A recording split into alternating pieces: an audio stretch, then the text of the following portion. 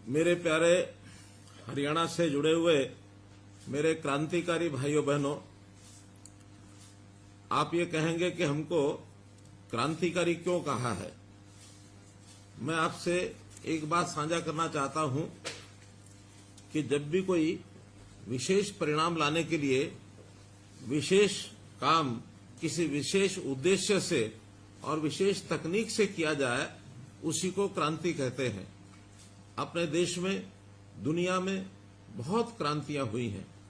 जैसा हमने सुना होगा कि हरित क्रांति हुई अन्न को बढ़ाने के लिए, ऐसे ही हमने सुना है कि श्वेत क्रांति हुई दूध का उत्पादन बढ़ाने के लिए, एक गोल क्रांति हुई आलू के उत्पादन को बढ़ाने के लिए, पीली क्रांति हुई तिलहन और दालों को बढ़ाने के लिए, नीली क्रांति हुई मछली पालन के लिए, भूरी क्रांति हुई खाद और चमड़ा इसका उत्पादन बढ़ाने के लिए, बादामी क्रांति भी हुई इसी प्रकार से, ऐसे ही लाल क्रांति टमाटर को बढ़ाने के लिए हुई।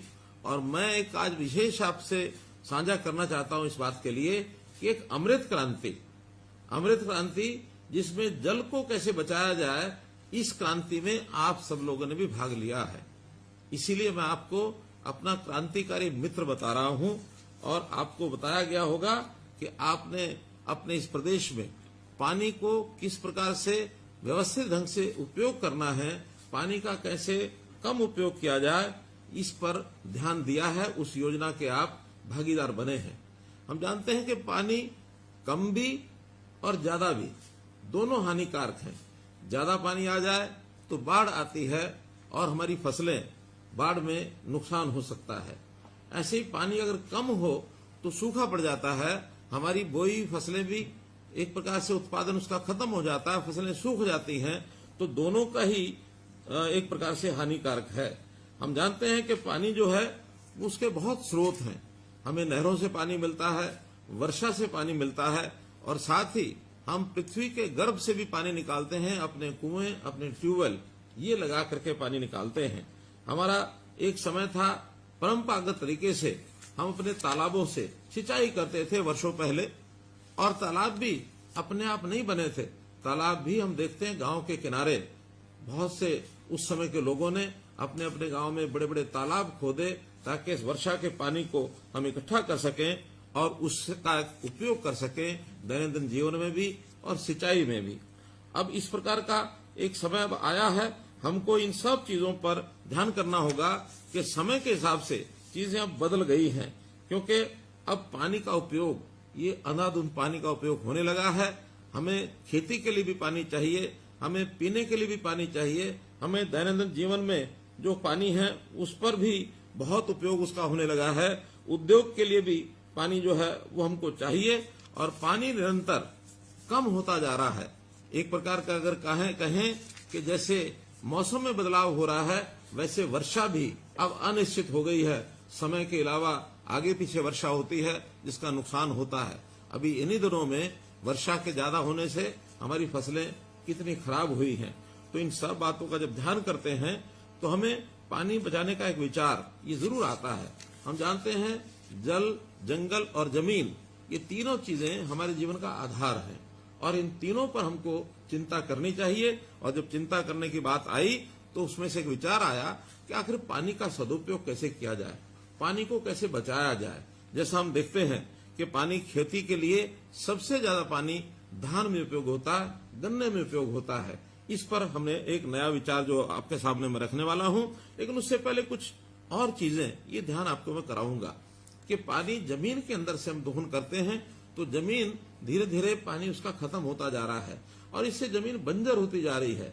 पानी जमीन के लिए उसी प्रकार का एक मैं कहूंगा कि एक पानी की मात्रा जैसे शरीर में खून होता है। अगर हट्टा कट्टा रिष्ट पुष्ट बलशाली शरीर, उसमें से खून की कमी हो जाए तो शरीर क्षीण होता चला जाता है, कमजोर होता चला जाता है, शरीर में ताकत नहीं रहती है। ऐसा ही अगर हम जमीन में सोचते हैं तो जमीन का जब पानी हम एक सीमा से अधिक निकालते हैं तो जमीन भी धीरे धीरे गैर उपजाऊ हो जाएगी, बंजर हो जाएगी। एक प्रकार से मरुस्थल और रेतीला इलाका वो भी पानी के कमी के कारण से होता है। उसमें से ही ये सब विषय हमको ध्यान में आए कि हम पानी का किस प्रकार से उपयोग ठीक करें। और इसके लिए जब पानी की कमी महसूस हुई पानी जमीन में बहुत नीचे जाने लगा तो डार्क जोन का एरिया ये घोषित हुआ। सेंट्रल वाटर कमीशन, केंद्र का जल आयोग, उन्होंने भी हमारे प्रदेश के 36 ब्लॉक उनको डार्क जोन घोषित कर दिया है। एक रिपोर्ट के अनुसार हमारे 7,287 गांव, जिसमें 3,041 के अंदर पानी की कमी महसूस की गई है और 1948 तो ऐसे हैं जो गंभीर संकट में आ गए हैं। उन जगह पर तो पानी 30 मीटर से भी ज्यादा नीचे चला गया, अर्थात 100 फुट से भी ज्यादा।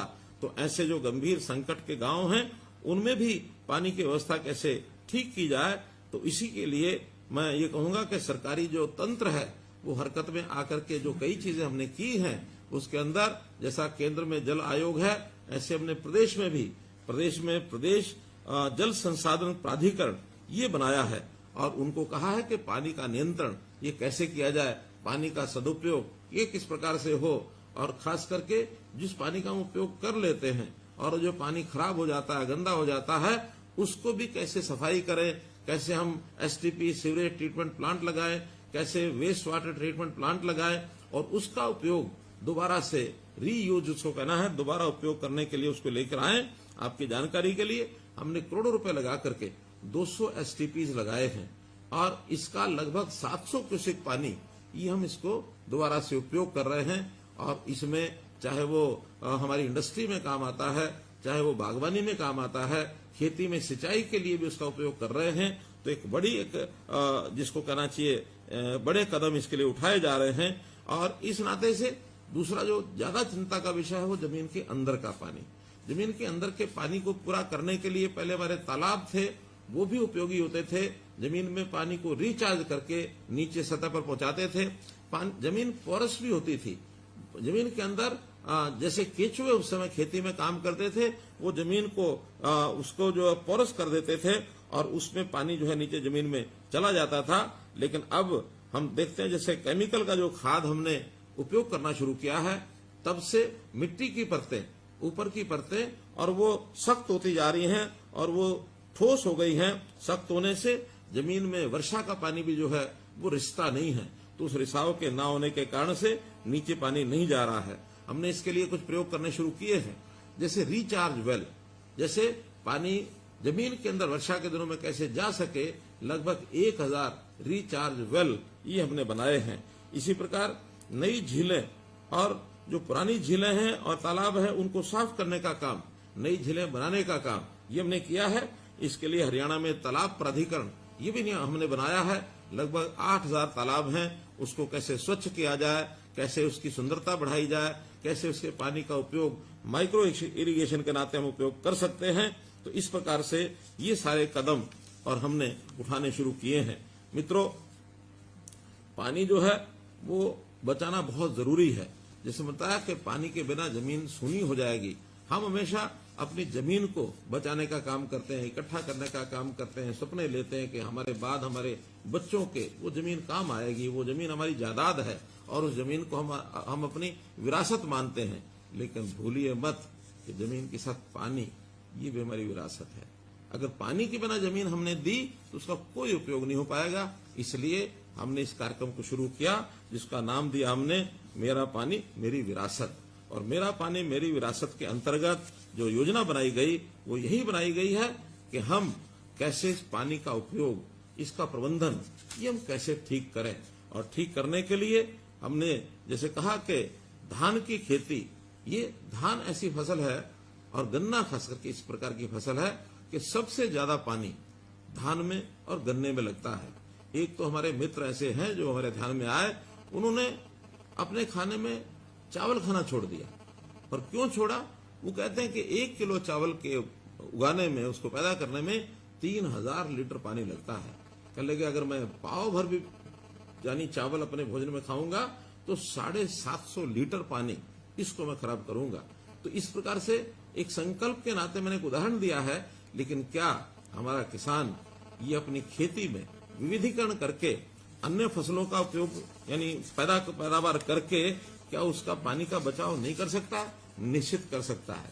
जब बातचीत हुई तो हमारे किसानों ने कहा कि हमारी थोड़ी आमदन घटेगी। हमने कहा आमदन अगर घटेगी तो हम इस काम के लिए एक बहुत पवित्र कार्य है, हम स्टेट का जो बजट है वो भी इसमें लगा सकते हैं। आपको घाटा शायद पूरा तो ना भरपाई हो सके, लेकिन जो कारण है उसको यदि आप समझेंगे तो उसका कुछ थोड़ा मुआवजा हम भी देंगे। तो हमने 7,000 रुपया प्रति एकड़ ये मुआवजा शुरू किया आज से 2 साल पहले 2020 में। और मुझे बड़ी खुशी है कि आप सब लोग जो आज जुड़े हुए हैं, हजारों की संख्या में आज जो मेरे साथ किसान जुड़े हैं, जिनको मैंने हमारे क्रांति मित्र ये कहा है, जल क्रांति मित्र ये हैं, अमृत क्रांति मित्र हैं। आप सब लोगों ने उसमें सहयोग किया और मेरी जानकारी के हिसाब से 1,74,464 एकड़ पिछले 3 साल में, और इतनी जमीन पर चावल छोड़ करके और दूसरी फसलों के ऊपर आपने जो काम किया है, चाहे उसमें मक्का है, कपास है, बाजरा है, खरीफ की दालें हैं, खरीफ तिलहन है, सब्जियां हैं, चारा है, पॉपुलर सफेदा, ये भी हमने जोड़ दिया है। तो ऐसे लगातार हम तीनों वर्ष में जो रिजल्ट निकाल पाए, 1,74,000 और 464 एकड़ भूमि पर हमने अपनी बिजाई दूसरी फसलों को बो करके एक बहुत अच्छा काम किया है। और मैं चाहूंगा कि आपने जिन्होंने काम किया, ये एक पवित्र कार्य, पुण्य कार्य किया, अपनी अगली पीढ़ी के लिए किया। और इसमें लाभार्थी आप नहीं हैं, लाभार्थी तो सारा प्रदेश है। यानी हम कहेंगे कि हम लाभार्थी 7,000 रुपए के हैं, 7,000 रुपया तो केवल एक थोड़ी मात्रा में आपको जो आपको नुकसान होगा उसकी पूर्ति करने के लिए दिया। लाभ तो हमारी अगली पीढ़ी को हो रहा है, पूरे प्रदेश को हो रहा है। आप तो इसमें कर्म करने वाले कर्मार्थी बने हैं। कर्म करना ही हमारे लिए बहुत श्रेष्ठ जो काम है वही है। हम कर्म करते जाएं, फल तो जिसको लेना होगा हमें मिलेगा या किसी और को मिलेगा, इसकी चिंता नहीं करनी चाहिए। लेकिन निश्चित रूप से ये एक फलदायी कार्य है, इसको हमको अपने आप को भी करना है और बाकी लोगों को भी इसके लिए कराना है। और हमने तो यहाँ तक कहा कि अगर, क्योंकि हमारे किसान भाई जानते हैं कि 3, 4 साल, 5 साल के चक्र में एक साल फसल न बोई जाए तो फसल की उपजाऊ जो शक्ति है वो बढ़ती है। आप अगर विविधीकरण से दूसरी फसल न भी बोएं, लेकिन धान की जगह की फसल को आप खाली भी रखते हैं तो जमीन का उपजाऊपन बढ़ेगा और उसके बदले में भी हम 7,000 रुपया ये आपको देने वाले हैं। एक दूसरा तरीका पानी को बचाने का हो सकता है डायरेक्ट सीडिंग, सीधी फसल की जो बिजाई है धान की, अगर वो करते हैं उससे भी हमारा पानी बचता है। इसके लिए भी हमने 4,000 रुपये प्रति एकड़ इसका जो अनुदान है ये दिया है। तो उस पर भी बहुत से जो हमारे बंधु हैं वो आ गए हैं। और अब हम चाहते हैं कि हर गांव का पानी ये बचना चाहिए। सरकार के बहुत से ऐसे कार्यक्रम शुरू किए हैं जिससे जो बरसात के दिनों का पानी है वो हम तालाबों में उसको भेज सकें, और जो हमारे तालाब जो नए हम बनाएंगे, झीलें बनाएंगे, उसके अंदर रख सकें, पानी का रिचार्जिंग कर सकें। हमने मसानी डैम में ये प्रयोग किया है कि वहां पानी लगातार बरसात का जाता है और फुटों फुट पानी वहां खड़ा रहता है। तो उसका परिणाम ये निकला है कि वहां रेवाड़ी जिले के आसपास लगभग 10 फुट पानी इसका जो लेवल है ये ऊंचा आया है। तो ऐसा काम हम अपने खेतों में रिचार्जिंग वेल लगा करके कर सकते हैं, या वहां पर हम माइक्रो इरिगेशन के लिए अपने कुछ जिसको कहना चाहिए पानी संग्रह करने के लिए छोटे रिजर्वायर बनवा सकते हैं। उसके लिए सरकार सब्सिडी देती है। हम माइक्रो इरिगेशन का अगर प्रयोग करते हैं तो सरकार उसके लिए भी 85% ये सब्सिडी देती है।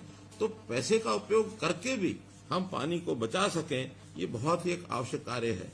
गांव-गांव में हमारे जल प्राधिकरण, जो हमारा जल संसाधन प्राधिकरण है हरियाणा का, उन्होंने तो योजना बनाई है कि पहले ब्लॉक के हिसाब से हम डार्क जोन का मूल्यांकन करते थे, सेंट्रल वाटर कमीशन ये करके देता था। अब तो हम स्वयं हर गांव का ये मूल्यांकन करेंगे कि उस गांव का पानी 1 साल पहले कितना था और अब 1 साल के बाद ऊपर आया तो कितना आया। हर गांव के लिए पीजोमीटर इसकी हमने व्यवस्था की है। लगभग 1500 गांव में ये पीजोमीटर लग चुके हैं। अन्य गांव में भी अगले वर्षों में पीजोमीटर लगाए जाएंगे, खास करके जहां पानी का लेवल 100 फुट से ज्यादा नीचे चला गया है।